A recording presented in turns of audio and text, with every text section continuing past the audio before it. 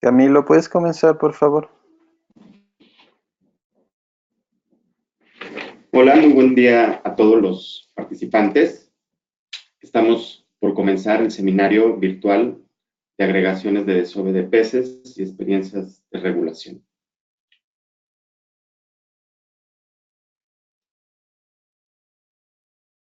Tenemos apenas 14 personas registradas. Vamos a dar 5 minutos en lo que empiezan a registrarse el resto.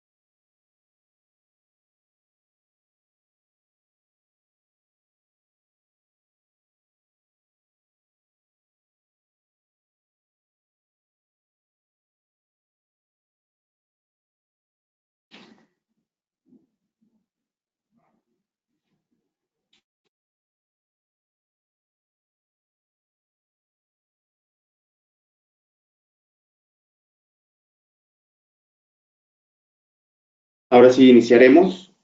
Muy buen día a todos. Sean bienvenidos al seminario de agregaciones de desove de peces y experiencias de regulación, que es convocado por la Asociación Interamericana para la Defensa del Ambiente, AIDA, con apoyo de las organizaciones HJR Reef Escaping, Comunidad y Biodiversidad AC COVID, Sociedad de Historia Natural Niparajá y Environmental Defense Fund México.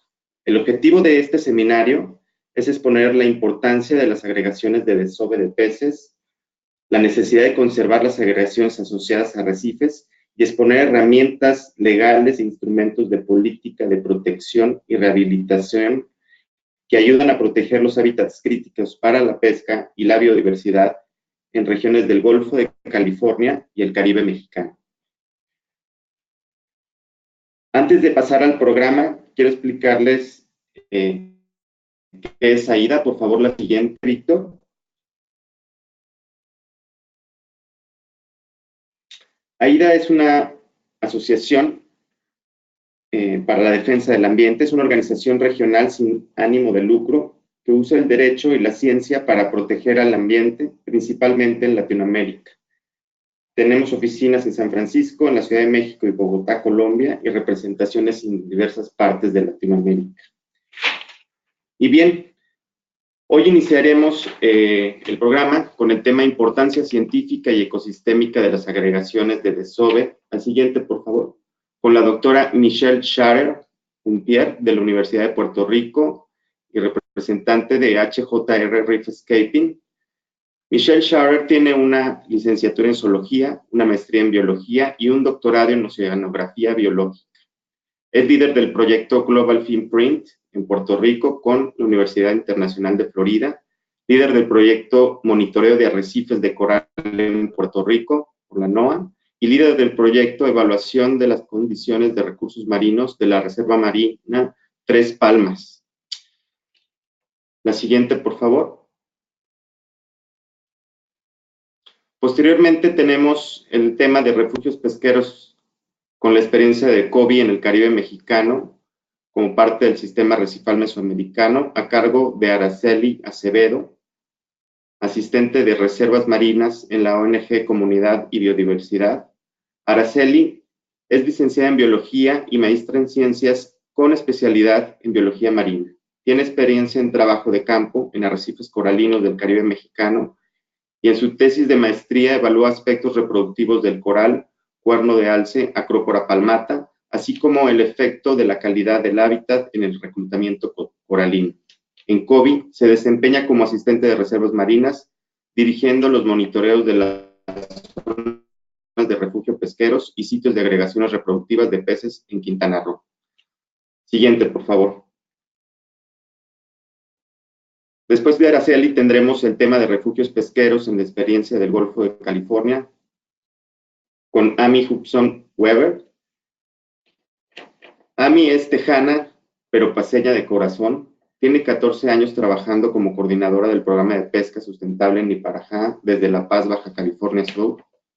Su interés es trabajar directo con las comunidades pesqueras para atender sus necesidades y crear soluciones en conjunto a fin de promover la pesca sustentable. Mucho de su trabajo es generar información para el manejo, gobernanza pesquera y promover la participación en el manejo. Trabajó en conjunto con comunidades pesqueras de Baja California Sur y la Administración Pesquera para establecer, operar y evaluar la primera red de zonas de refugio pesqueros en México. Ella realizó su licenciatura en Ecología Marina y Conservación en Prescott College, Arizona, y estudió su maestría en la Universidad de Washington. Finalizaremos con el tema de alineación de instrumentos regulatorios relacionados con agregaciones de desove de la pesquería de curvina golfina en el Alto Golfo de California, con Nadia Citlali Olivares de Environmental Defense Fund en México. Nadia es mexicana, estudió biología marina y tiene una maestría en ecología marina. Fue directora de la Reserva de la Biosfera Isla Guadalupe y encargada de la dirección del Área de Protección de Flora y Fauna de Islas del Golfo de California y del Parque Nacional Zona Marina del Archipiélago Espíritu Santo en la Comisión Nacional de Áreas Naturales Protegidas. Actualmente es consultora para Environmental Defense Fund, donde ha colaborado con temas para el análisis y manejo de pesquerías de curvina, almeja generosa, merluza, mero y pulpo, tanto en Baja California como en Yucatán. Y bien, para todos los presentes, les quiero decir que este seminario tendrá una duración aproximada de 90 minutos. Cada panelista tendrá una exposición de alrededor de 15 minutos. Y al final habrá una sesión de preguntas de un tiempo máximo de 20 minutos, donde ustedes podrán ver aquí en la plataforma del seminario, del lado derecho, ustedes podrán ir a cada vez que vaya cada ponente, cada panelista presentando, ustedes pueden agregar sus preguntas en la plataforma donde dice chat o preguntas. Entonces, sin más preámbulo, damos inicio a la primera ponencia de la doctora Michelle Scharer con el tema importancia científica y ecosistémica de las agregaciones de desove. Buenos días, doctora.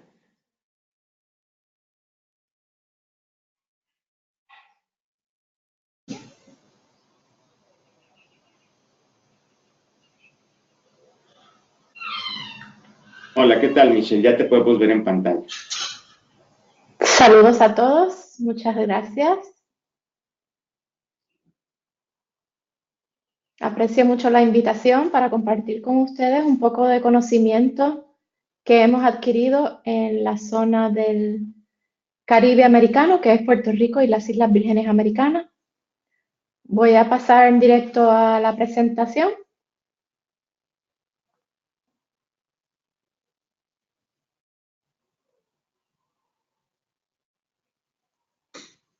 HJR Rescaping es un consorcio de investigación dentro del cual hacemos diferentes propuestas para poder mejorar el manejo y el entendimiento básicamente de los recursos naturales pesqueros y de arrecifes de coral. Primeramente vamos a hablar de qué son estas agregaciones de desove. Yo las describo como un fenómeno natural donde se concentran los peces exclusivamente para procrear. Esta es una estrategia de varias formas en las cuales los peces se reproducen. Algunos peces forman nidos en el fondo del mar donde colocan sus huevos y los defienden. Otros peces desovan en la columna de agua en parejas. Algunos peces inclusive tienen fecundación interna, como los tiburones y las rayas. Y otros cuidan de sus crías dentro de su cuerpo, como los caballitos de mar. Para nosotros de interés hoy es la agregación de desove, o también se le conoce como agregación reproductiva de peces, y es cuando se concentran en tiempo y en espacio un gran número de individuos adultos listos para desovar sus gametos a la columna de agua. Entonces le toca a esas espermas y esos óvulos encontrarse en la columna de agua para llevar a cabo la fecundación. Existen dos tipos de agregaciones de desove. Generalmente las clasificamos en residentes y transitorias. Aquellas que son residentes ocurren más frecuentemente, pueden ser diarias o pueden ser todos los meses. Las migraciones que llevan a cabo los peces para encontrarse son relativamente cortas y generalmente son menos abundantes que las transitorias. En las transitorias tenemos muy limitada la época durante la cual se encuentran para reproducirse, generalmente es una vez al año. Los peces tienen que migrar largas distancias desde su arrecife hogar hasta el lugar de la agregación y generalmente se componen de una mayor abundancia de peces. Un ejemplo de las agregaciones reproductivas de peces que se consideran como residentes son las que llevan a cabo estos peces comúnmente vistos en los arrecifes. El cirujano, las diferentes especies, regularmente desovan en un ciclo lunar todos los meses del año, mientras que los lábridos de cabeza azul pueden desovar todos los días, cerca de donde ellos habitan. En el caso de las agregaciones reproductivas de peces transitorias, frecuentemente uso este ejemplo de la derecha, que es una descripción de los buzos cuando descubrieron una agregación de lo que nosotros conocemos como el Merocherna, Epinephelus striatus, en las Islas Vírgenes. Aquí pueden apreciar entonces cómo se forma una pirámide o un cúmulo de peces que suben hasta la columna de agua para desovar. Y arriba nuestro amigo el pescador tratando de capturarlo. Estas agregaciones transitorias pueden ser masivas, como el de la derecha, pero también pueden ser de grupos lo que llamamos arémicos, donde hay pocos grupos que suben a la columna del agua a desovar, como el merotigre o diente de sable. En general siguen siendo transitorias porque los peces solamente llevan a cabo esa agregación una vez al año y se desplazan grandes distancias para llegar al lugar del desove. Aquí incluyo algunas referencias de las cuales hay enlaces, algunas veces por si acaso quieren buscar más evidencia sobre lo que estoy trayendo, y traté de usar las más recientes porque dentro de esa encontrarán referencias más antiguas que le dan más profundidad al tema. Dentro de las migraciones, los peces que se han evidenciado moverse desde su arrecife hogar hasta el lugar del desove han completado distancias entre 30 a 200 kilómetros. Y esto es bien importante considerarlo cuando queremos proteger el evento o el fenómeno del desove, considerar que para que pueda haber un desove, los peces necesitan el tiempo y el espacio para migrar y llegar a este lugar. También hay evidencia de la época limitada dentro de la cual diferentes especies se reproducen. Generalmente se agregan durante ciclos lunares que son predecibles, ya sea asociado a la luna llena, en algunos casos la luna menguante, o en otros la luna nueva. Pero generalmente se ha identificado que durante la época del desove, la temperatura del agua está en su mínimo. Eso es que está más fría. Este es un ejemplo de un merocherna, que nosotros le decimos al Epinephelus striatus, que fue tagueado o fue insertada una marca acústica dentro de su vientre en el bajo Gramanic, que es donde está la letra GB. Eso es dentro de un área cerrada a la pesca durante los meses del desove. Para este estudio se marcaron varios individuos y por lo menos uno de ellos pudimos detectarlo fuera de la área protegida, en dirección hacia el oeste, acercándose a Vieques, donde está la letra ES, que es otro lugar de desove conocido como El Seco, cerca de Vieques.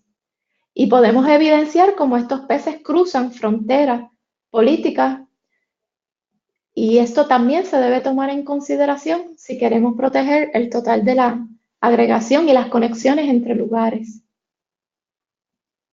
Otras características que conocemos sobre las agregaciones de desove es que ocurren en lugares especiales, básicamente por la formación del fondo marino o la posición en una costa continental o insular, al igual que el hábitat.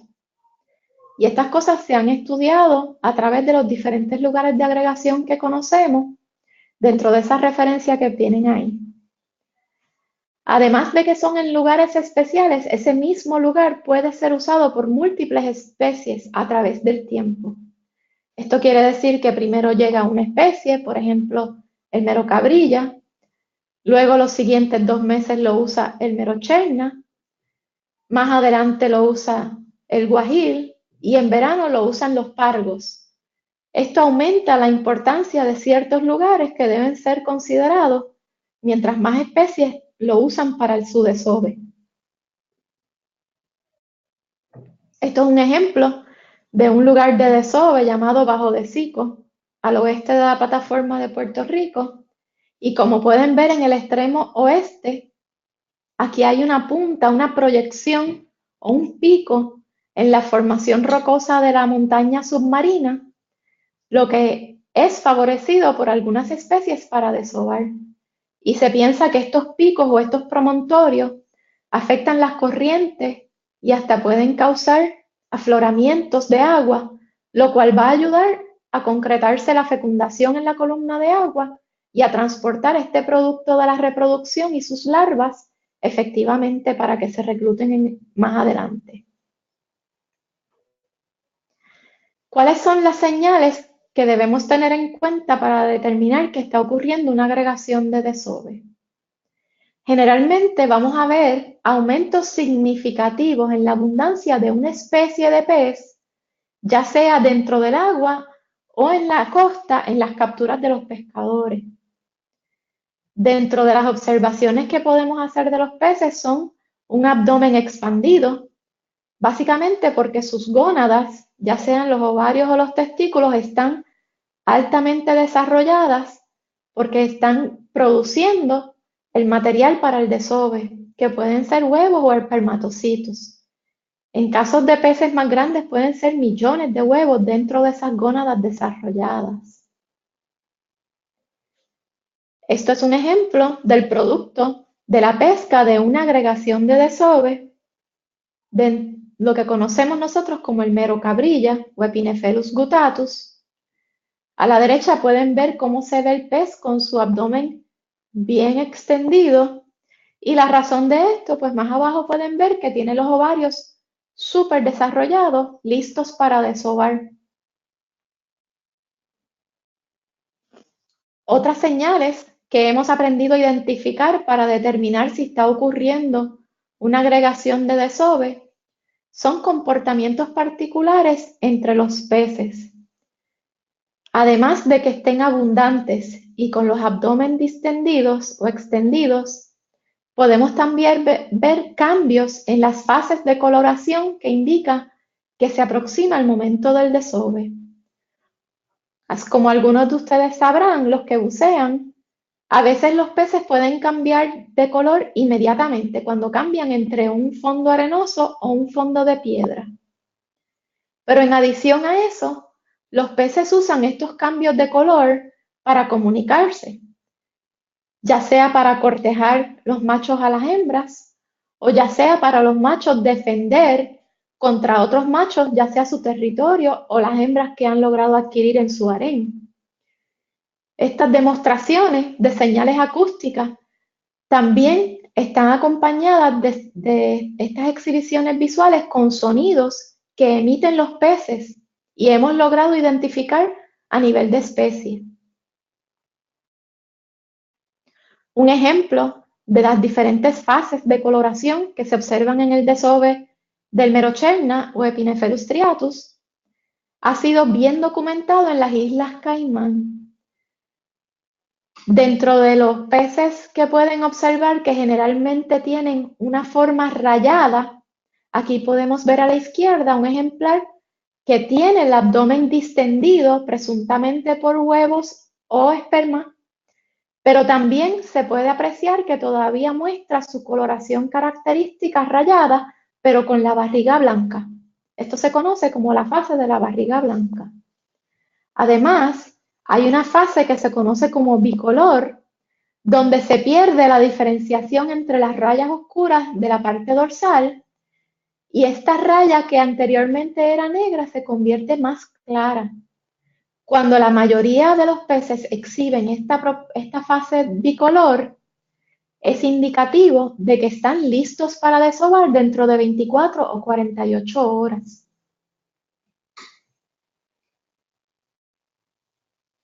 Otras señales que podemos observar durante la agregación del desove es lo que se conoce como dicromatismo sexual. Básicamente, el dicromatismo sexual es que los diferentes sexos de la misma especie exhiben coloraciones diferentes. Ejemplo de esto se documentó en México, donde dos especies, el guajil Nycteroperca venenosa y el guajil Nycteroperca tigris, exhiben coloraciones en sus bocas y en sus aletas que los hacen distintos entre hembras y machos.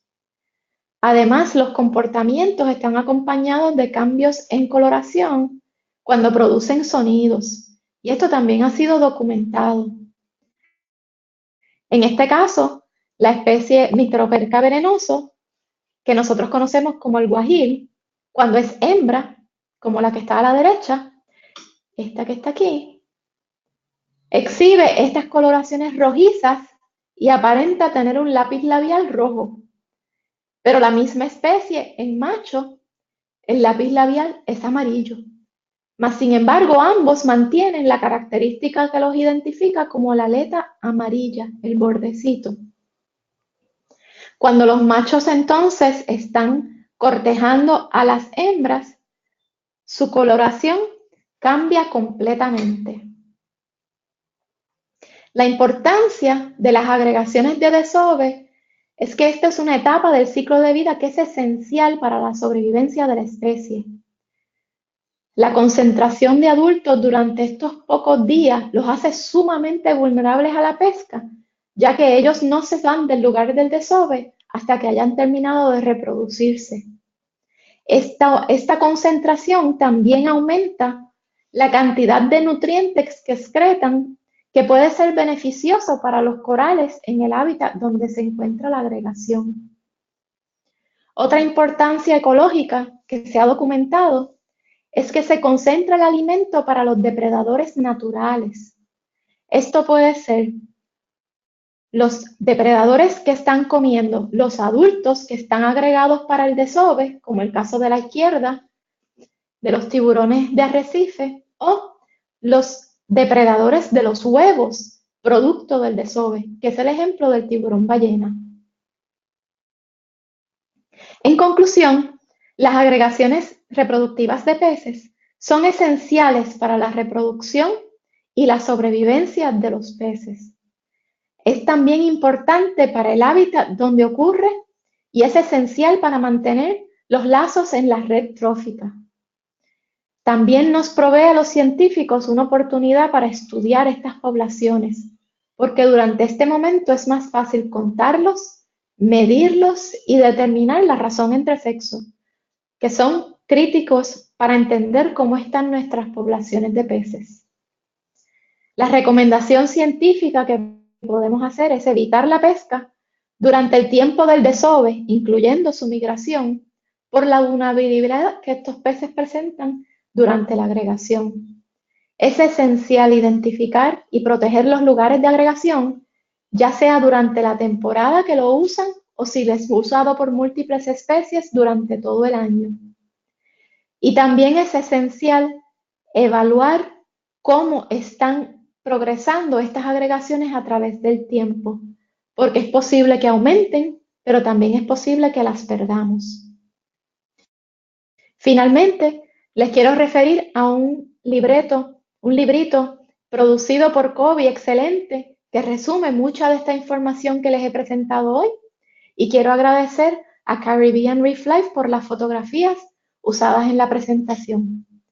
Muchas gracias, eso sería todo.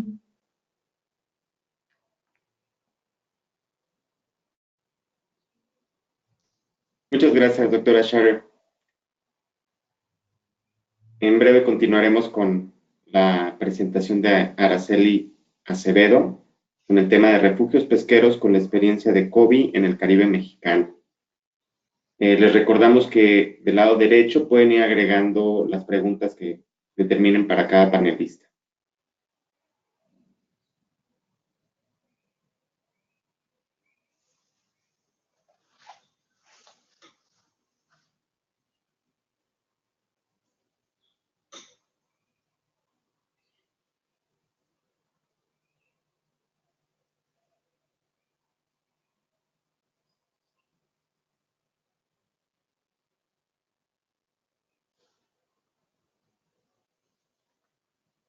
Listo, Araceli. Ya podemos ver tu pantalla.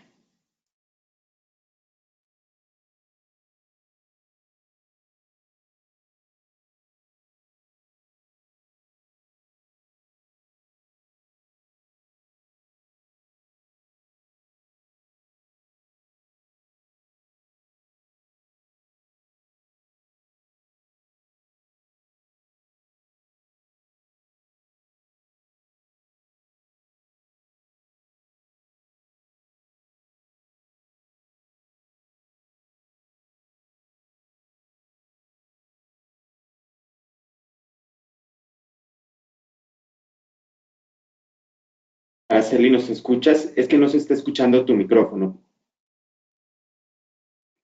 ¿Podrías? Eso. Y ahora Hola. sí podemos ver tu imagen completa. Ahora sí, ahora sí. Ah, ok. No se escuchó nada.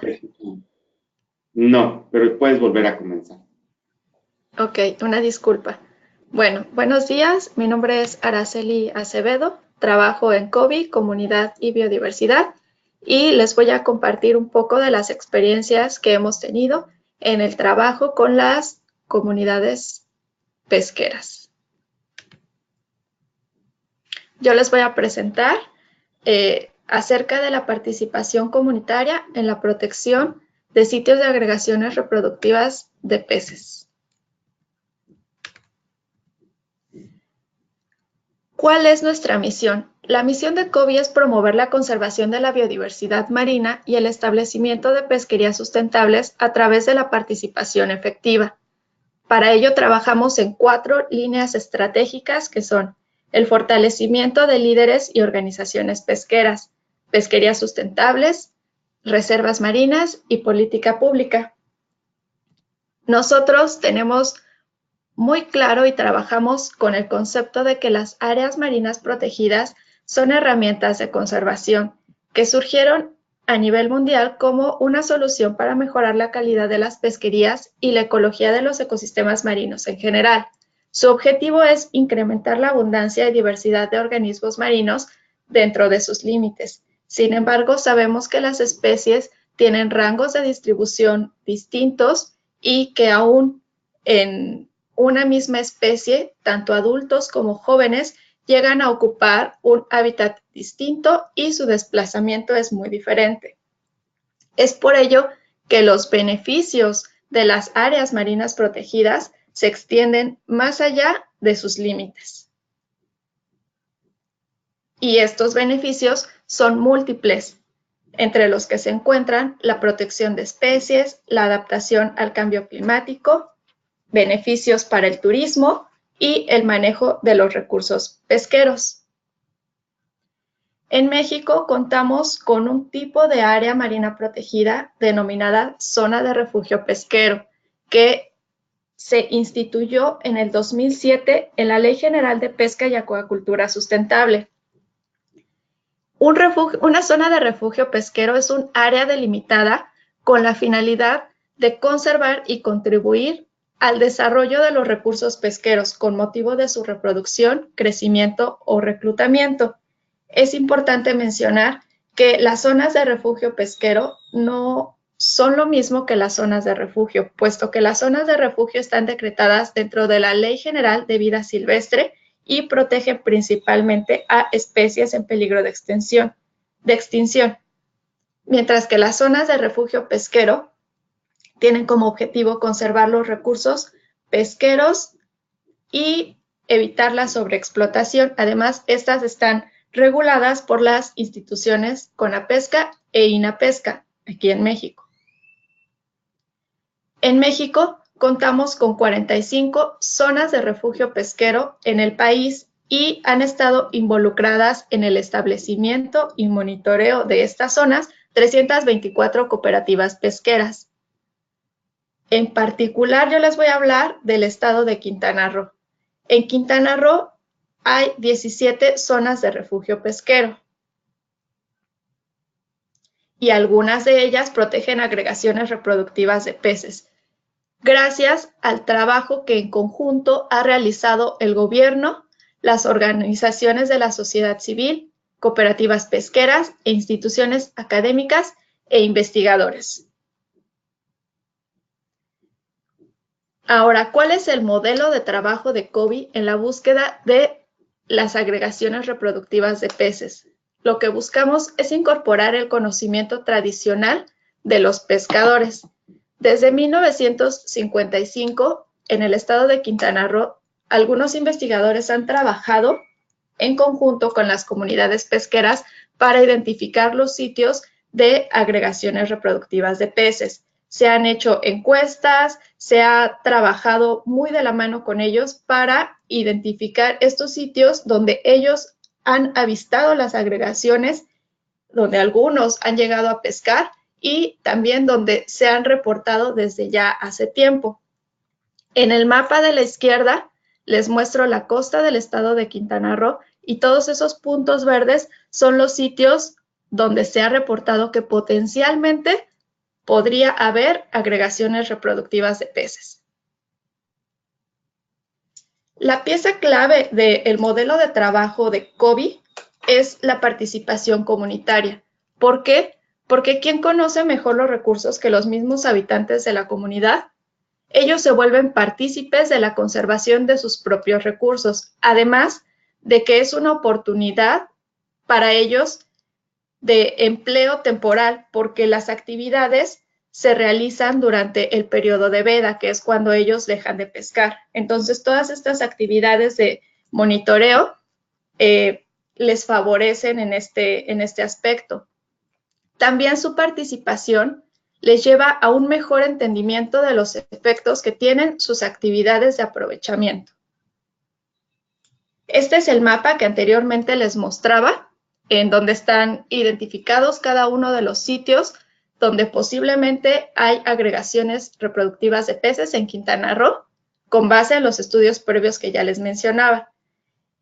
COBI ha estado tratando de validar cada uno de estos sitios y para ello, en conjunto con las cooperativas pesqueras, se ha trabajado para elaborar mapas batimétricos de cada uno de los sitios.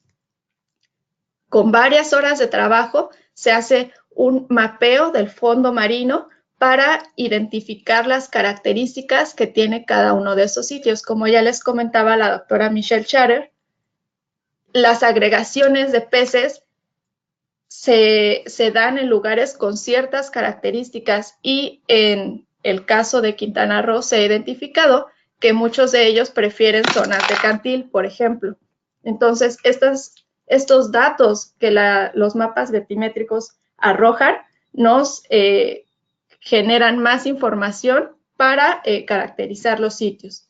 También Una vez hecho el mapeo batimétrico, se realizan buceos de prospección para caracterizar un poquito más el sitio y también se hace monitoreo para identificar las especies de peces que se encuentran en la zona y también la abundancia de estas especies.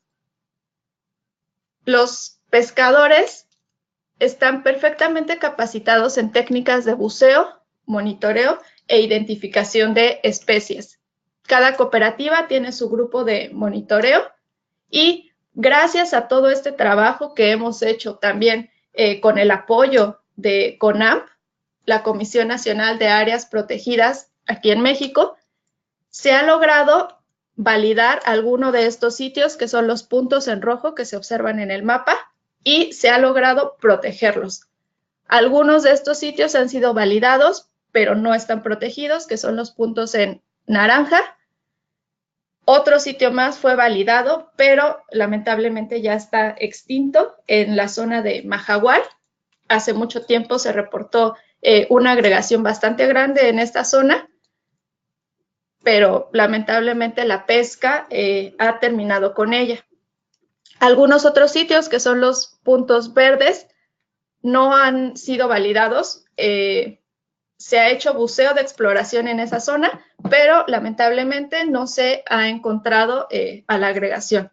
Y otros tantos quedan por explorar, que son los puntos negros. Un ejemplo de una zona de agregaciones reproductivas que está protegida es Nichejavín, en Punta Allen, dentro de la reserva de la biosfera de Siancán. Esta zona alberga agregaciones reproductivas de mero del Caribe, que es la especie Epinephelus striatus. Se validó en el año 2005 y fue protegida hasta el año 2016. Abarca un área de 16 kilómetros cuadrados y en Nichejavín se han llegado a registrar hasta 1.500 peces de Epinephelus striatus en actividad de cortejo. La cooperativa Vigía Chico, que es una de las cooperativas que trabaja en esta comunidad de Punta Allen, tiene su grupo de buzos monitores, conformado por 10 hombres y 2 mujeres. En Nichejavín también se ha implementado, además de los otros procesos de la metodología, la batimetría y los buceos, el monitoreo acústico de agregaciones. Recientemente comenzamos con este monitoreo que se coloca, para ello se coloca un sensor acústico o un micrófono en el fondo, en el sitio donde se han visto los peces agregados para el desove, y se deja ahí durante el tiempo en que se les ha visto en la época de reproducción que ellos tienen, para que se graben los sonidos que emiten los peces, porque como ya comentaba la doctora Michelle, durante el cortejo ellos emiten ciertos sonidos característicos. Los pescadores están capacitados en el uso de este micrófono acuático y ellos conocen muy bien el funcionamiento, son ellos quienes lo colocan en el fondo y también conocen el proceso de descarga de datos. Actualmente estamos en el proceso de interpretación de la información que hemos recabado. En Nichejavín también se registran datos oceanográficos. Se han colocado en el sitio de agregación 2 sensores JOBO de temperatura y nivel del mar, y lo mismo, los pescadores conocen perfectamente el funcionamiento de estos sensores. Ellos son los encargados de programarlo y de colocarlo en el sitio, también de descargar los datos, y pues han comenzado con la interpretación de los datos que estos sensores nos han arrojado. Otro de los sitios donde se ha validado agregación es en Punta Herrero, igual dentro de la reserva de la biosfera de Siancán, y en Punta Herrero se validó en 2008 este sitio multiespecífico de agregaciones de peces. Fue protegido en el año 2013 dentro de la zona de refugio pesquero El Faro y en este sitio se ha llegado a registrar hasta 200 peces de diferentes especies en diferentes épocas, principalmente de las especies Epinephelus striatus, Micteroperca venenosa, Lutjanus analis, Lutjanus hocu, escochines, de Cantidermis suflamen y carángidos, Caranx latus. Este sitio es bastante extenso y recientemente se sometió una propuesta para extender la zona de refugio pesquero y proteger todas estas agregaciones.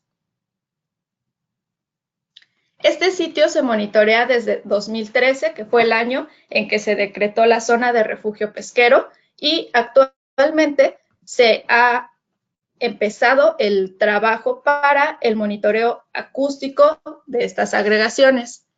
La cooperativa con la que trabajamos en Punta Herrero es la cooperativa José María Azcorra y su equipo de buzos monitores está conformado por 11 hombres. La efectividad de una zona de refugio pesquero se puede medir a través de ciertos indicadores y esto aumenta las probabilidades de éxito y de cumplir con los objetivos. Los indicadores pueden ser clasificados en 3 categorías, que son biofísicos, socioeconómicos y de gobernabilidad. Recientemente, en el proceso de renovación de los refugios, de las zonas de refugio pesquero de Punta Herrero, de la comunidad de Punta Herrero, dentro de la reserva de la biosfera de Siancán, se llevó a cabo la incorporación de estos indicadores. Se realizó un taller con los socios de la cooperativa pesquera para tratar de incorporar cada uno de estos indicadores biofísicos a el proceso de renovación y modificación de las zonas de refugio pesquero. De nuevo, es importante para nosotros la participación comunitaria. Y también es importante la participación de las comunidades en el monitoreo.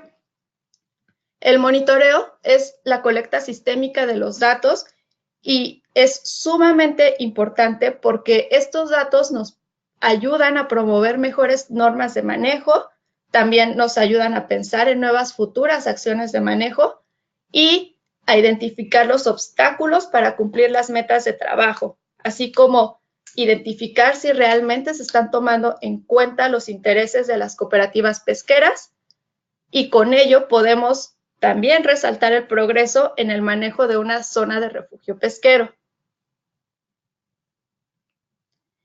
Pues a mí me gustaría concluir con esta frase de que el conocimiento tradicional, la ciencia y el manejo van de la mano. Gracias a la experiencia de trabajo de COBI, desde 2013, 4 sitios de agregaciones reproductivas han sido protegidas a través de iniciativas que involucran a diversos sectores, usando la herramienta de zona de refugio pesquero soportada por CONAPESCA.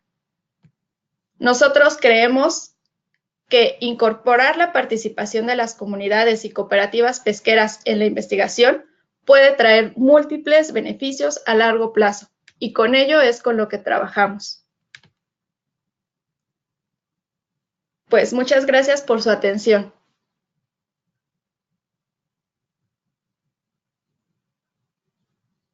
Muchas gracias, Araceli, por tu presentación. Y bueno, a continuación haremos el cambio a nuestra siguiente panelista por refugios pesqueros con la experiencia del Golfo de California. ¿Me puedes poner tu presentación, por favor, a mí, en Zoom Web? Te escuchamos. Ahí va. Buenos días a todos. Muchas gracias, Camilo y Aida, por organizar el webinar. Y gracias a los otros exponentes que hablaron antes que yo, tanto Michelle y Araceli. Creo que me ayudan en mi presentación a tener mucho más contexto. Yo les voy a platicar de las zonas de refugio, que es la misma figura que resumió Araceli, pero del otro lado de México, en el Golfo de California, en Baja California Sur, en un ejemplo que tenemos en esa área. Las zonas de refugio que voy a enfocar están en una zona que le llamamos el Corredor San Cosme a Punta Coyote, que están en la parte del Golfo de California, en el sur de Baja California Sur. Como ya describieron, las zonas de refugio están en la ley de pesca y son áreas definidos y delimitados que se establecen para contribuir a la conservación y el desarrollo de los recursos pesqueros, con el motivo de que se siguen reproduciendo, se siguen creciendo y se siguen reclutando. Entonces, una zona de refugio realmente es distinto que un área protegida en el sentido que el enfoque de esas zonas son sumamente pesqueras, pero es una forma de proteger para seguir pescando. También en la legislación mexicana existe una norma oficial mexicana que se llama la 049. Eso se publicó en 2014. Es donde se determina cómo se debería de establecer las zonas de refugio. Y establece el procedimiento que a través de la CONAPESCA, quienes establece las zonas de refugio, que se requiere la opinión técnica de INAPESCA y se requiere algún promotor para establecer esas áreas o esas zonas. Y esos promotores deberían de ser gente del sector pesquero. Las zonas de la norma 049 también establece que puede haber diferentes tipos de zonas de refugio. Pueden ver totales permanentes, que quiere decir que es una zona de no pesca de todos los recursos pesqueros, permanentemente, o sea, para siempre, que pueden ser zonas de no pesca total, pero de forma temporal, o sea, que defines la temporalidad de la zona. Y también existen dos zonas parciales donde defines cuáles las especies o las formas de pesca que no se permiten en esas zonas, tanto temporalmente o permanentemente. También se establece cómo se necesita pedir zonas de refugio, si es a través de una solicitud y un documento justificativo donde establece en la norma todos los requisitos que hay que incluir cuando se solicita esas áreas. Establece 5 criterios de los cuales se va a evaluar el funcionamiento de la propuesta de las zonas de refugio. Básicamente dice, se va a evaluar si el diseño que se está proponiendo está de acuerdo con los objetivos que está proponiendo. Tienen que ser zonas donde fue o ya es ahorita o tiene potencial de ser una zona de pesca. Básicamente no puedes proponer una zona desierto o una zona donde no hay nada. Se pide a los solicitantes considerar y a los evaluadores considerar el principio precautorio. Se pide evaluar que si la implementación de ese establecimiento es factible desde el punto de vista socioeconómico y de la vigilancia. Y tienes que demostrar el nivel de aceptación de los usuarios y habitantes locales. Eso tiene que ser demostrado a través de documentos que evidencien su interés y su compromiso. Bueno, ahora sí les voy a platicar del caso de Baja California Sur. En ese caso, en el mapa donde los mostré, las zonas de refugio se construyeron y se diseñaron con 12 comunidades. Ese es un ejemplo de una de las comunidades donde trabajamos. Son comunidades bastante chicos. Esta comunidad en particular tiene cerca de 20 habitantes. Hay otras comunidades, la más grande tiene cerca de 300 personas. Son comunidades que comparten varias características. Uno es que dependen 100% de la pesca, un 97% de la pesca. Algunos atienden a algunos animales como un segundo ingreso. Tienen difícil acceso, si es por agua o si es por terracerías bastante complicados. Y todos pescan en embarcaciones pequeñas. Toda la pesca que se da en esa área es pesca ribereña o pesca de pequeña escala. Principalmente usan el arte de pesca de piola y anzuelo, pero hay algunas personas que usan redes y se enfocan principalmente su producción en varias especies de escama o varias especies de peces, como el huachinango, como la pierna, las cabrillas o el jurel. Son algunas de las especies. La pesquería de escama en esta región está compuesto por más de 80 especies, de los cuales 8 de las especies forman más del 90% de la producción, pero sí es una pesquería bastante muy específica.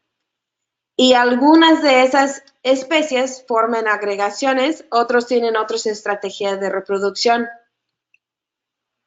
Los pescadores en la zona, como hablan pescadores, pues no dicen, nuestro objetivo es formar unas zonas de que comportan 30% de las áreas de pesca, pues básicamente su interés es, nosotros queremos seguir pescando hoy, pero también queremos pescar mañana. ¿Qué herramienta legal nos da la certeza o nos ayuda a asegurar el futuro de nuestra pesca?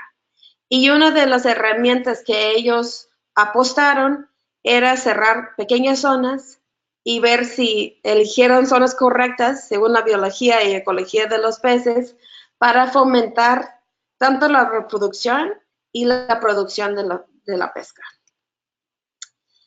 En esa zona fue la primera zona de refugios establecidos en México, fue en 2012. Se establecieron 11 zonas de refugio, pequeñas zonas. Se establecieron por 5 años y al final de 5 años los pescadores junto con el gobierno podían decidir si esas zonas se iban a quedar igual, si se iban a modificar o si se iban a abrir a la pesca. Entonces voy a brincar en la historia 5 años adelante y lo que vimos de resultados adentro de zonas de refugio comparado con zonas que no eran zonas de refugio, pero zonas muy parecidas donde los pescadores siguen pescando, es que en las zonas de refugio sí se había aumentado biomasa, casi un 30% de biomasa de peces comerciales en zonas donde estaba cerrada la pesca. Pues yo creo que esa no es una sorpresa. Si dejas de pescar, obviamente hay peces. Pero sí nos sorprendió que fue tan rápido. Dentro de 4 años se podía ver una recuperación hasta 30% de biomasa en las zonas bastante pequeñas. Vimos que había mayor riqueza, o sea, más especies, más diversidad de peces, un incremento no solamente en abundancia, sino en las tallas de los peces, y se empezó a aumentar los niveles tróficos, que es también algo que se busca a largo plazo. Otros resultados después de 5 años, vimos recuperación o evidencias de recuperación en las especies comerciales en 60% de las especies, y eso no solamente en las observaciones que hicimos bajo el agua, en los monitoreos submarinos a través de buceo, sino también en el monitoreo de las capturas. Vimos que las especies que estaban pescando, o sea, fuera de las zonas de refugio, eran más grandes, alcanzaban tallas mayores y más del 60% de las especies tenían CPUs estables o en incremento. Los pescadores también percibían que las capturas iban mejor. Eso ya no era de ciencia cuantificativa, era cualitativa, preguntando a pescadores si ellos sentían que las zonas de refugio los perjudicaban a su pesca o si los mejoraban. Hay otra cosa que es difícil ponerle un número porque es mucho más de sentimiento, pero en las comunidades con zonas de refugio se empezó a aumentar un sentimiento de orgullo. Los pescadores se apropiaban de esas zonas, los defendían esas zonas, incorporaban en la constructura de la información para demostrar si estaban funcionando las zonas de refugio, y incluso ellos mismos eran los que iban a las comunidades a dar las presentaciones a los otros pescadores de las cosas que ellos observaban como buzos o como técnicos pesqueros. Y orgullo es algo como en el sector pesquero que a veces es un recurso muy limitado, porque los otros noticias que ellos tienen como pescadores es que ustedes son los que están acabando con las especies, ustedes son los culpables, ustedes son los malos de la película. Y creo que esa historia de generar orgullo en comunidades a través de sus acciones de conservación es algo que está difícil de medir, pero es un ingrediente muy importante en prolongar esas herramientas. En 2017, los pescadores junto con Iparajá, INAPESCA, la Federación y varias otras personas hicieron una propuesta para extender las zonas de refugio más tiempo y modificar su diseño. 90% de los pescadores en ese momento firmaron la solicitud y en 2017 se decidió de renovar con una modificación de las zonas de refugio. Se incluyó una zona nueva, se extendió una zona y básicamente se amplió las zonas de refugio 5 veces más de lo que fueron protegidos en 2012. Pues si la pregunta podría ser si zonas de refugio son alternativas para la sustentabilidad, pues yo creo que sí, pero hay que mejorar todavía lo que estamos haciendo. Araceli habló, y no sé por qué se ve tan feo esa gráfica, disculpe, que las zonas de refugio se necesita pensar en los tamaños correctos. Dependiendo a cuál es la especie objetivo o las especies objetivos de los que quieres proteger, pues si haces zonas de refugio muy pequeños o áreas protegidas muy pequeños, lo más probable es que vas a proteger especies muy pequeñas. Si haces zonas de refugio entre 3 y 5 kilómetros de lado de extensión, sí podrías llegar a empezar a proteger especies como los cochis, como los huachinangos, los pargos, las cabrillas, los pericos. Entonces, creo que tenemos que promover más y más que los pescadores piensan en zonas y tamaños apropiados para las especies que son sus objetivos.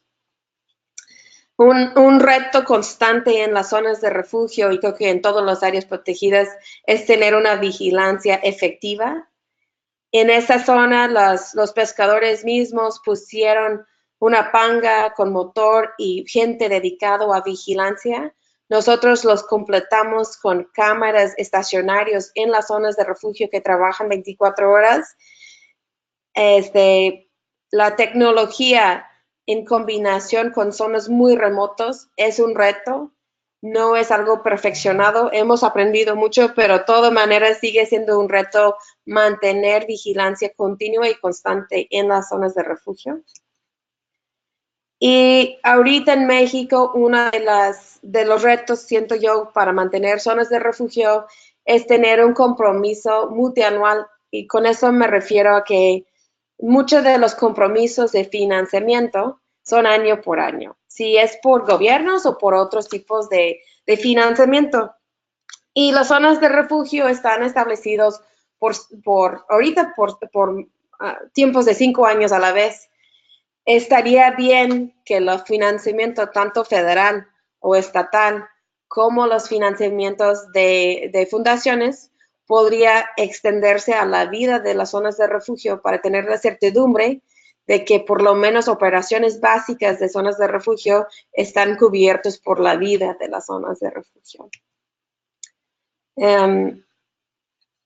Por ejemplo, en el compromiso multianual, en las zonas de refugio se formó un comité entre todas las diferentes comunidades con el gobierno y la intención es que ese comité está viendo la gobernanza y las problemáticas y posibles soluciones de las zonas de refugio.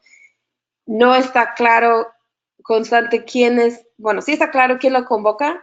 Esa responsabilidad no siempre se asuma por el gobierno, quién es el responsable o quién más podría hacerlo. Ese tipo de compromisos más allá de financiamiento me refiero, porque las zonas de refugio están establecidos por 5 años, tienen que tener financiamiento y el cuerpo que los opera, que está también con el mismo nivel de compromiso y el tiempo de compromiso.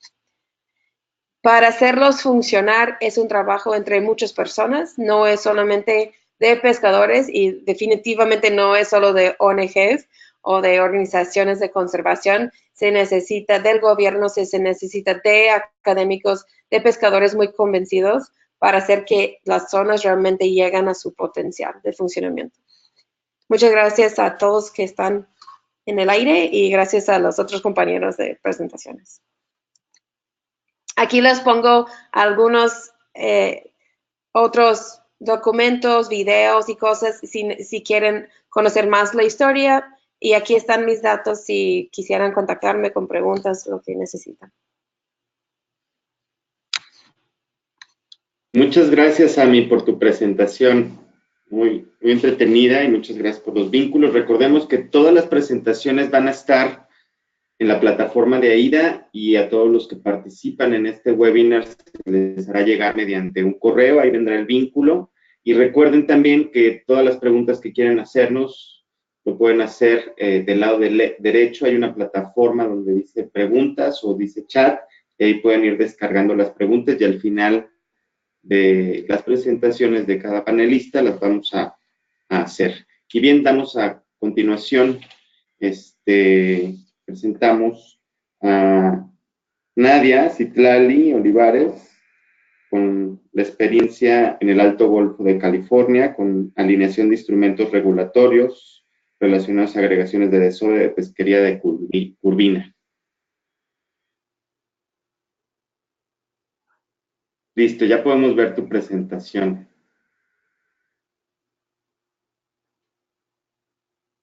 Gracias, Nadia. Pues muy buenos días. Yo les voy a hablar también de un ejercicio, de un análisis que hicimos en el interior de EDF de México. EDF de México, pues, es una organización de la sociedad civil, la cual contribuye en conjunto con el sector pesquero para transformar prácticas y políticas públicas para lograr una pesca sustentable a través del manejo basado en derechos. Y en esta ocasión les voy a hablar de curvina golfina.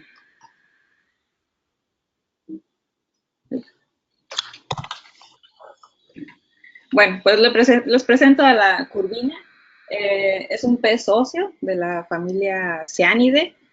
Se distribuye principalmente en aguas someras y aquí están descritas algunas de sus características. Su talla de primera madurez precisamente es a los 65 centímetros, lo cual ocurre entre los 2 y los 3 años de edad. Es un pez que tiene un crecimiento alométrico y su longevidad media es de 9 años. Se alimenta principalmente de sardina, pero también se ha registrado dentro de su dieta algunos moluscos, jaivas y camarones. Y bueno, ya nos decían un antecedente de bastante apoyo para mí a través de la doctora Michelle. Precisamente, pues bueno, esta especie cumple con todos esos atributos. No es una especie que se distribuye en zonas arrecifales, se distribuye, es endémica del Golfo de California y realiza precisamente una migración hacia la parte más norteña del Golfo de California, que es conocida como el Alto Golfo de California. Ahí, en esa zona, en donde también incide el delta del río Colorado, la curvina sube, ya sea por el lado oriental o occidental del Golfo de California, y se agrega en esta zona norteña. Cuando sube, lo hace de manera segregada por sexos, y generalmente se ha reportado que lo hacen primero los cardúmenes de machos, seguidos de los cardúmenes de hembras. Ahí, durante los meses de febrero a junio, ocurre principalmente la época reproductiva, y una vez que han desovado totalmente, pues regresan otra vez a su área de distribución. Y es precisamente durante esa temporada cuando ocurre la pesquería de la curvina.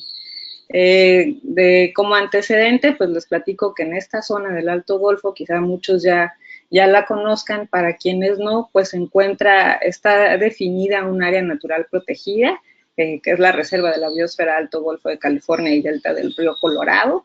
En esta zona es donde se practica la pesquería. Solamente en la zona de amortiguamiento, que es donde precisamente la reserva tiene autorizada la pesquería y en donde inciden 4 comunidades de pescadores. En estas se encuentran, estas 4 comunidades están en 2 estados de la República, que son Baja California y Sonora, en México, y son San Felipe, el Bajo Río, hay una comunidad indígena que es la comunidad Cucapá, que también hace aprovechamiento de esta especie, y el Golfo de Santa Clara. Aproximadamente podríamos hablar de que esta pesquería está generando 10,000 empleos, ya sea de manera directa o indirecta, y la misma pesquería, pues, también es una de las 4 especies o pesquerías más importantes de la región. Entonces, de ahí que sea importante hablar sobre todo lo que está ocurriendo alrededor de ella y sobre todo de la normatividad. Y bueno, también ya nos hablaba la doctora Michelle de cómo ocurren estas agregaciones. Hace más sencilla mi diapositiva, porque justo aquí podríamos ver los picos de marea de una temporada, en particular esta es la del 2018, en donde la curvina pues llega 4 días previos a las fases lunares de luna llena o luna nueva, y es en ese momento, justo antes de los picos de marea, en donde las comunidades aprovechan la llegada de la especie y realizan la pesquería. Principalmente para la curvina, pues los picos de desove se han registrado que ocurren entre febrero y marzo. Y una comunidad en particular, que es la del Golfo de Santa Clara, realiza la pesquería previo al inicio de la Semana Santa, que es cuando el mercado pues tiene una mayor demanda. Sin embargo, aquellas que están del lado de Baja California, pues se ha observado que lo hacen de manera paulatina o gradual durante pues toda la temporada. Lo que se comercializa de la curvina pues es la carne en varias presentaciones, entera, fileteada, etcétera, y algunos subproductos como la gónada y el buche. Y bueno, les voy a hablar ya específicamente del tema, que habla sobre los instrumentos regulatorios. Nosotros precisamente quisimos hacer un análisis para poder identificar cuáles eran aquellos instrumentos normativos de la pesquería en particular, para poder precisamente identificar si habían unas necesidades de alinear esos instrumentos o cómo se estaban comportando sobre todo en el tema de medio ambiente y pesca, ¿no? Nos fijamos estos objetivos en particular. Bueno, ya ahorita les voy a hablar de estos 4.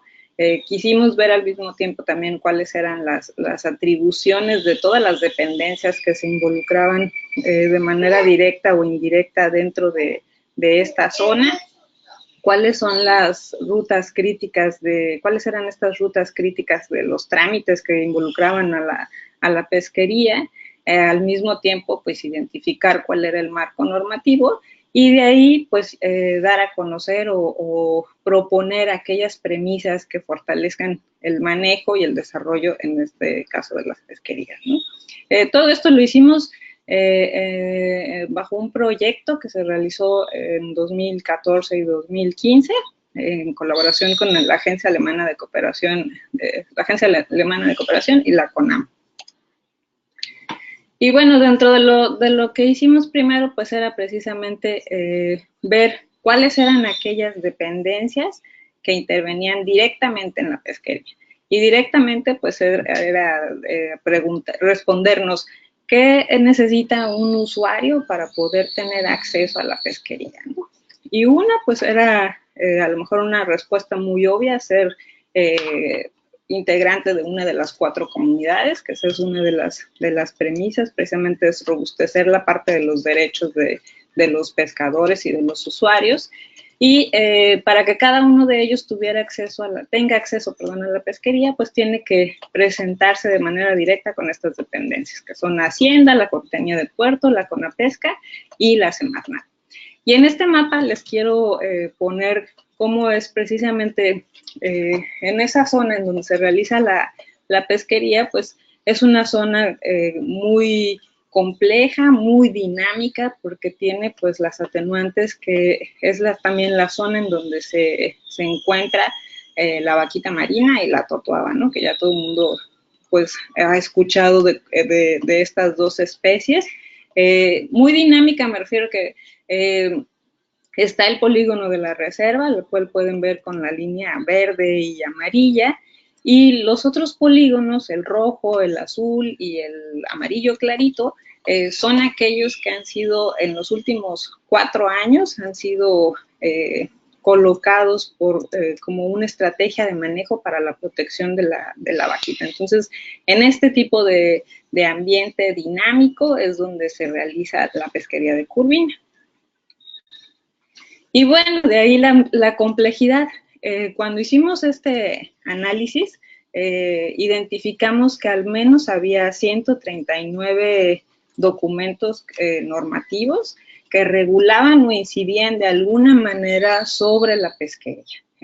Y estos iban desde pues aquellos que tienen que ver con la Constitución, los tratados internacionales, y así nos íbamos en cuanto a nivel de jerarquía, así como también aquellos instrumentos que son de utilidad para la administración pública, tanto federal como estatal, ¿no? Eso fue como el análisis que hicimos, y sobre todo respondiendo a siete temas específicos, que eran el tema de pesca, de medio ambiente, de sanidad, de comercialización, de comunidades indígenas, de las organizaciones sociales y de la navegación. Entonces, estos fueron todos los documentos que inciden de manera directa o indirecta sobre la pesquería, y parte de nuestros intereses también era conocer cómo estos documentos, en qué medida estaban presentándose, sobre todo para el tema de pesca y de medio ambiente. Y pues encontramos que son bastantes, pero aquellos que son más dinámicos, pues son justo la parte de los acuerdos que en México, y bueno, Aida podrá definirnos muchísimo mejor, que son instrumentos que pueden atender de una manera más inmediata a una situación o a una complejidad o atender una necesidad, ¿no? En este caso. Y ahí pues vemos que tenemos un gran número. Ahí ya les actualicé a 2019, entonces el número ha crecido bastante. Y como una manera de ejemplificar y que ustedes puedan también observar este curso que tiene de normatividad o de instrumentos normativos que tiene la pesquería, pues destacan 4 de ellos, ¿no? En donde a partir de estos 4 es cuando vamos a tener tuvimos como un catalizador para que se regulara la pesquería. Estos fueron en 2005, el acuerdo de veda de curvina definió cuál era la temporada específica para su captura.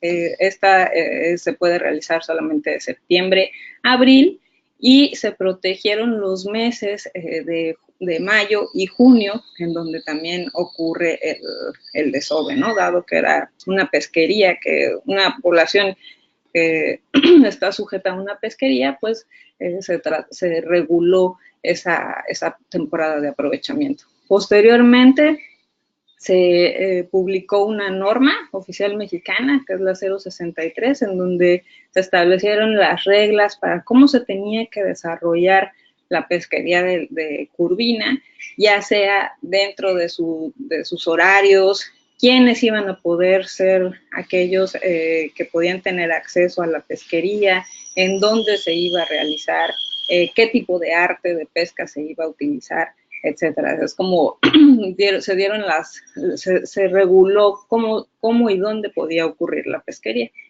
En 2010, EDF se incorporó, y a partir de este año, pues empezaron también a hacer pues se empezaron a promover más eventos participativos. EDF participó también directamente en el diseño para el manejo de la pesquería, Y en 2011, este es un año en donde se da la primera publicación del acuerdo de cuota de la Curvina.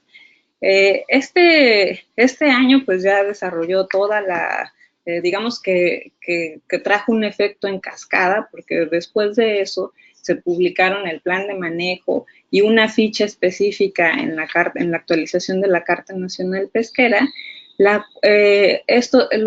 Ambos instrumentos detonaron lo que ocurriera el programa de ordenamiento. Y esto empezó a ser más evidente, ya que en la pesquería se hizo una asignación de permisos específicos para la curvina. Es decir, antes estas comunidades podían tener acceso al recurso a través de un permiso de escama, pero a partir de 2012 en adelante se empezó a hacer una asignación gradual de un permiso específico para la curvina. Y esto pues permite tener un mejor orden para la pesquería, ¿no? Permite identificar cuáles son los usuarios, qué tipo de cuota o de acceso puede tener cada uno de los usuarios, etcétera. Entonces, es a partir de ese año cuando empieza a ocurrir todos estos eventos.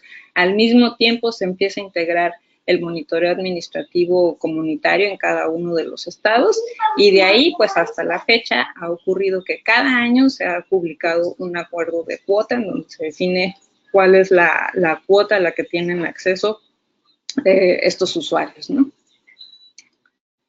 Y bueno, en resumen, podríamos hablar que estos instrumentos nos hablan tanto de la temporada de pesca, de la talla mínima de captura, del arte y el método de pesca que se va a utilizar para el aprovechamiento, incluso cuáles son los puertos de desembarque autorizados para la pesquería, el mismo ordenamiento, hay horarios de pesca porque también es una actividad que solo se puede realizar de día, hay definida una cuota de captura, se han implementado recientemente, si ya también están regulados, mecanismos de seguimiento, tanto tecnológicos como de manera administrativa.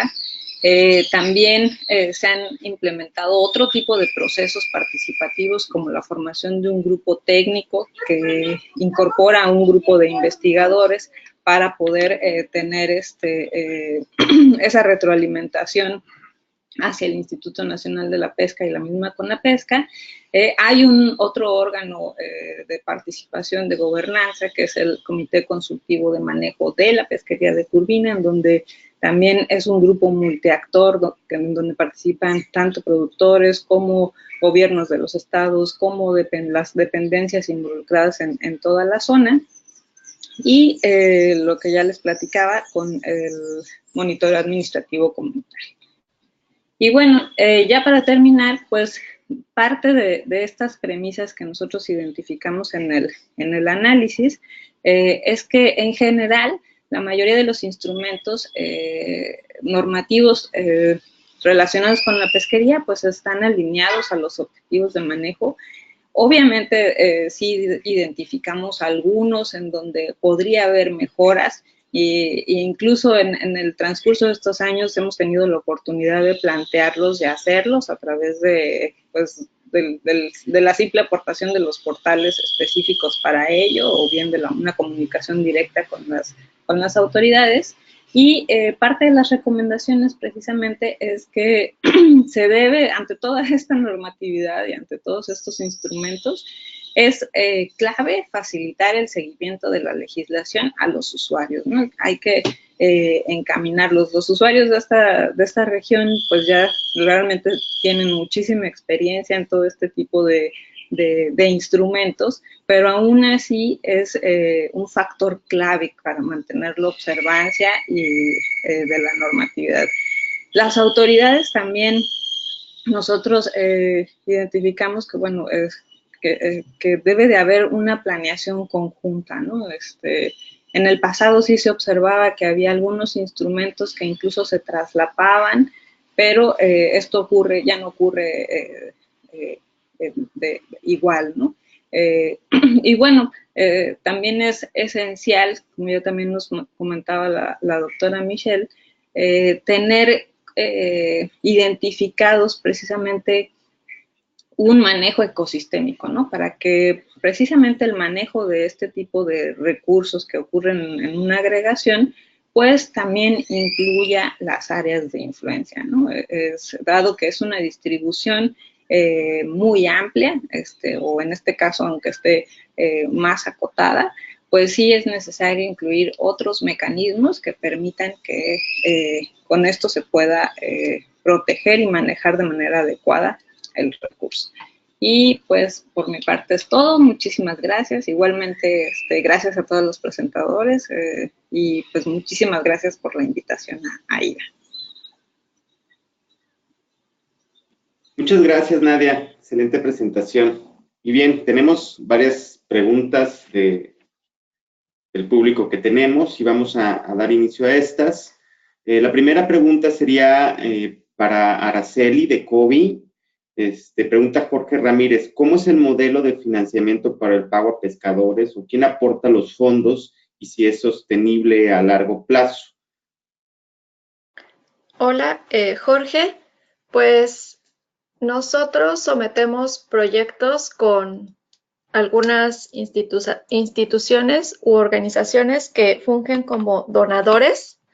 Les presentamos nuestro plan de trabajo y con ello nosotros conseguimos el recurso para llevar a cabo los monitoreos. A ellos se les entrega un reporte de las actividades que vamos haciendo y pues tratamos de continuar con estas actividades. Tratamos de someter más proyectos para que pues podamos tener suficientes recursos y dar continuidad a estas actividades de monitoreo y dar seguimiento a los refugios pesqueros.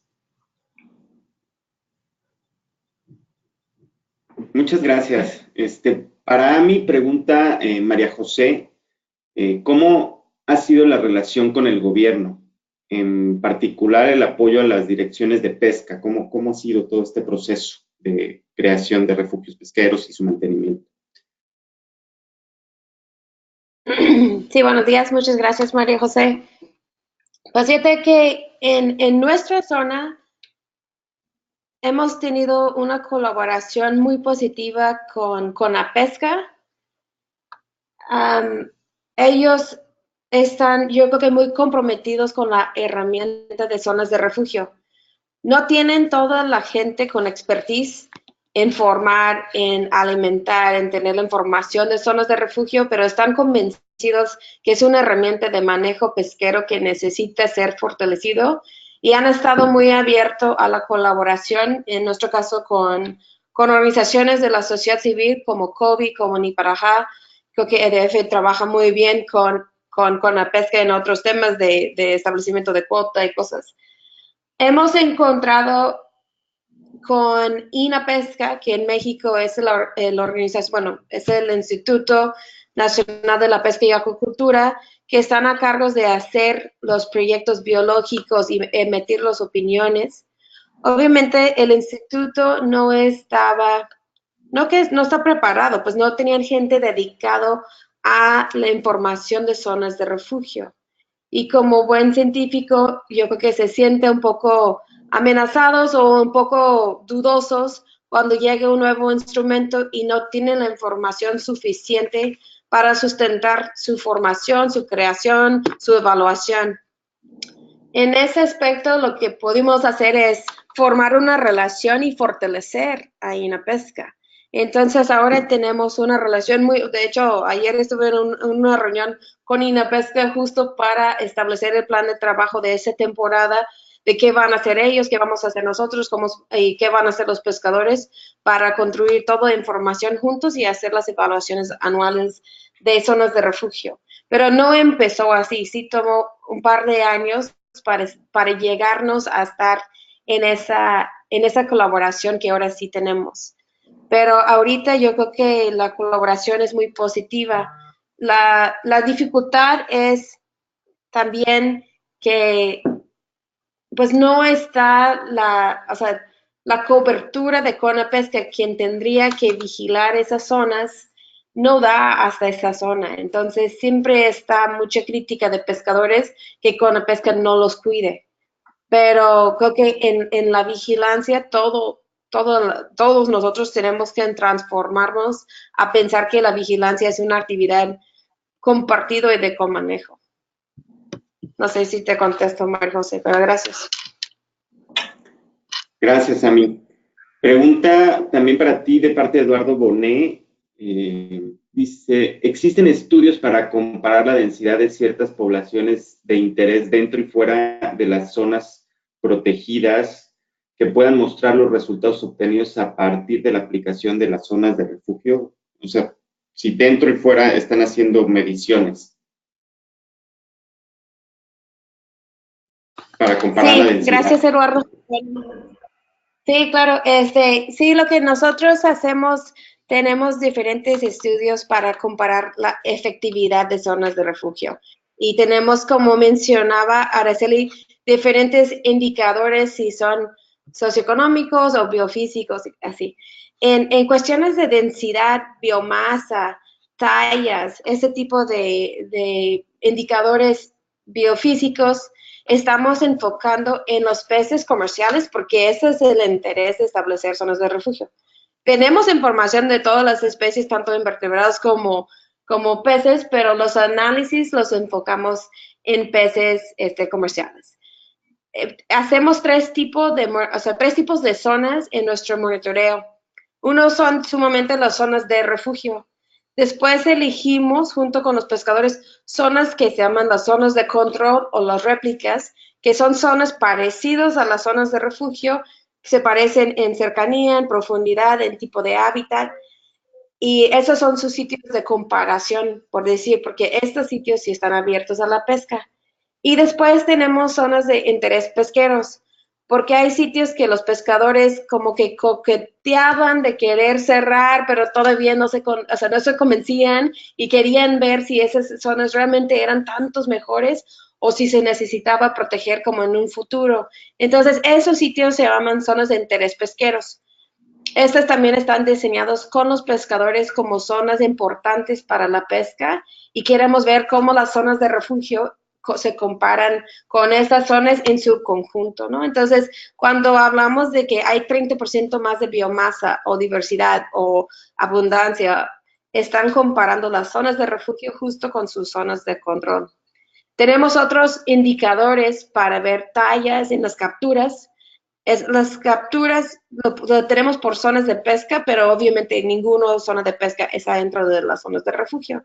Y después tenemos otro tipo de indicadores que pueden ser, si los pescadores, por ejemplo, si establecen zonas de refugio muy cercanas a las orillas o a sus comunidades, si ahora incrementan los costos de pesca y por lo tanto no hay muchos incentivos para crear zonas de refugio cercanos que se pueden vigilar porque incrementan los costos de pesca. Ahorita lo que hemos encontrado en la parte económica es que las zonas de refugio siguen siendo una herramienta rentable para los pescadores. Muchas gracias, Ami. Tenemos tiempo para un par de preguntas más. Ahora, otra pregunta para Araceli de COVID. Y esta pregunta es de María José también. Y pregunta si han establecido zonas de recuperación en otros países dentro del sistema arrecifal mesoamericano, como en Guatemala, y si han tenido los mismos resultados que México y cómo se están monitoreando. Hola María José, muchas gracias por tu pregunta. Hasta el momento, el modelo de trabajo que tenemos con COVID solo lo hemos implementado en México y en particular en el sistema arrecifal mesoamericano, solo en la zona del Caribe mexicano, en Quintana Roo, son los ejemplos que les presentaba. Estaría increíble si hubiera la oportunidad de colaborar con otros de los países del SAM para comenzar a implementar algo así.